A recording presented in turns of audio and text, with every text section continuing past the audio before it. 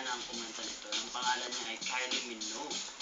And guys, kung gusto nyong sumayaw, na parang sayaw nyo na to buong buhay nyo, dalian nyo na dahil ito ang solid na kanta siguro ni Kylie Minogue yan with the song Time Bomb. Enjoy! Welcome back to Pop Mix, still with me, Daniel Padilla. At sigurado kung kaya nyo sumabay dito sa susunod nating music video. Tulad ng pagsabay ng marami pang ibang artista na dito at sa abroad.